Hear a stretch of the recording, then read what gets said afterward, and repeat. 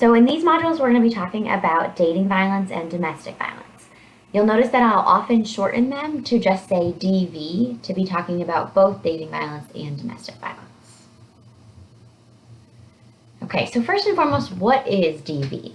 DV, the pattern is on the slide, but it's a pattern of abusive behaviors perpetrated by one partner over the other, and it's all about maintaining power and control. So the really important parts of this definition are underlined.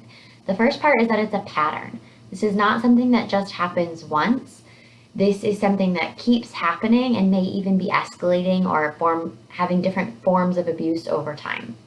The next part that's underlined that's important is that it's one partner. So this is not both partners treating each other badly all the time. This is one person has all of the power and all of the control in the relationships. So they are the ones that make decisions. They are the ones who really is in charge or wear the pants. They are the abuser, okay? And then the last part is, like everything with power-based violence, is that it's all about maintaining power and control. So it's not that you love the person so much, because if you love someone, you wouldn't control them, okay? So I love this graphic to demonstrate some statistics because I think it makes it really stand out. But the top one is demonstrating that 1 in 3 women, and then the bottom one in 4 men, will experience domestic violence in their lifetime.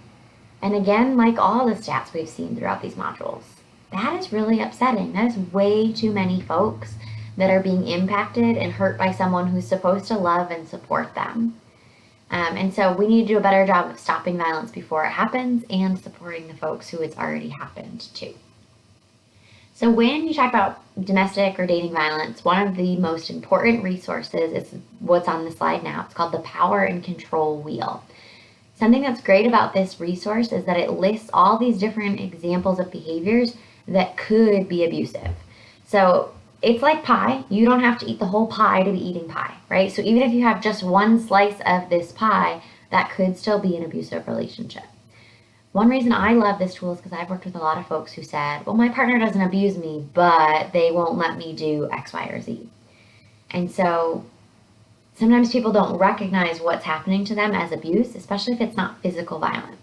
So this is a really great tool because you can ask someone to look at it and say, I'm wondering if any of these things seem familiar. And they might start identifying that maybe several of these things are happening in their relationship, but they never identified that their relationship was abusive because maybe it didn't fit that stereotype of what they expected dating violence or domestic violence to look. Although no two abusive relationships are the exact same, and every single one's going to look different, there are some red flags or some things that may be indicative that a relationship is abusive or is becoming abusive.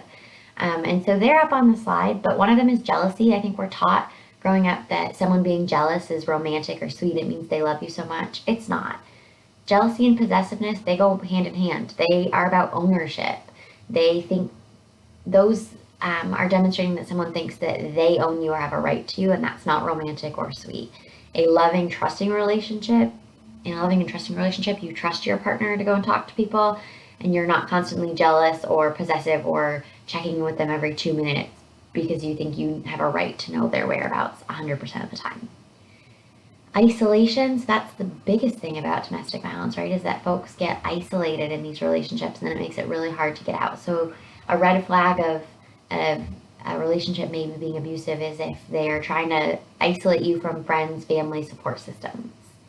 Belittling is one I hear from a lot of survivors, that their abusive partner maybe was belittling to them, but maybe even before being belittling to them, they noticed that they were belittling to wait staff at restaurants or to their own friends or family.